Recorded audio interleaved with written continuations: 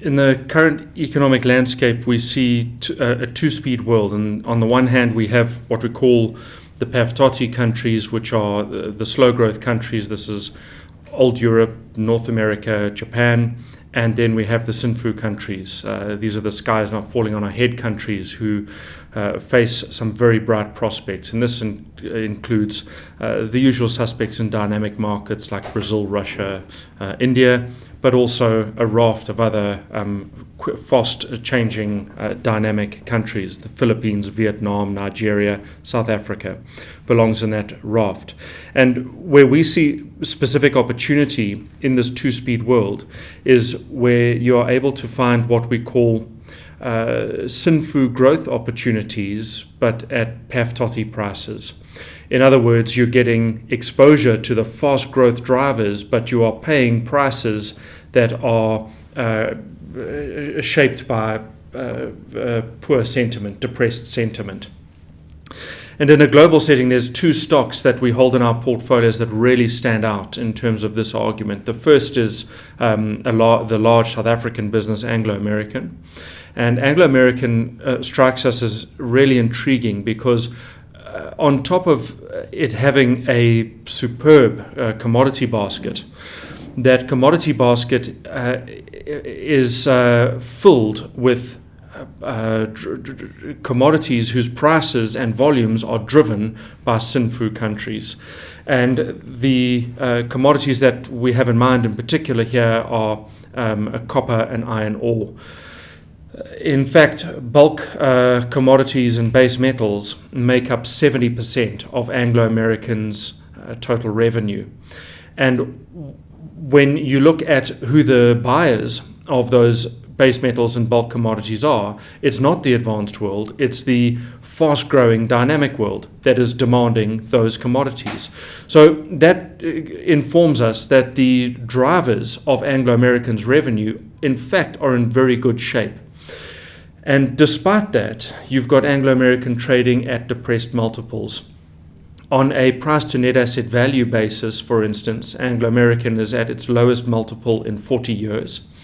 And if you look at the components that make up Anglo American's market capitalization, you're able to get some pretty good pricing direction if you use the prices of Kumba Iron Ore, Anglo Platinum, and the recent transaction that they did in Latin America with Mitsubishi on their copper asset.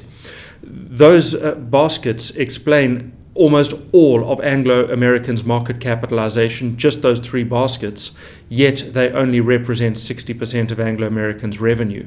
So what we see here is a wide difference between the intrinsic value and the price that you're being asked to pay. On top of that, there are good drivers in place.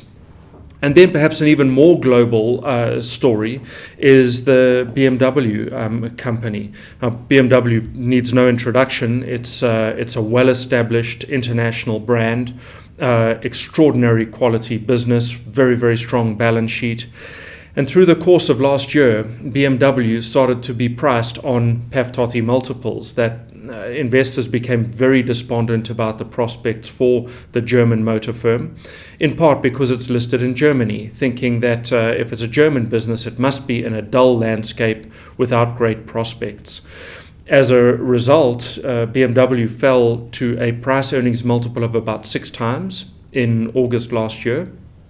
And at that level, it was trading at net asset value, meaning it was probably easier to buy BMW off the stock exchange than to rebuild the business from the ground up. The really remarkable aspect of BMW over the last 12 months, though, is whilst it's been priced for a bleak landscape, it produced in 2011 its best results ever. It sold the greatest number of vehicles ever. It sold those at the highest profit per unit ever. And under BMW's umbrella of brands, they own the Rolls-Royce brand. Now, Rolls-Royce, the moment you say the name, you imagine sort of old Europe, 107-year-old company. And last year, Rolls-Royce sold more vehicles than any year in history. that tells us that BMW's drivers are alive and in very good shape. They don't look like the old drivers. And in 2011, what we saw is China's demand of luxury vehicles rise 23%. Their demand of BMWs rose 40%.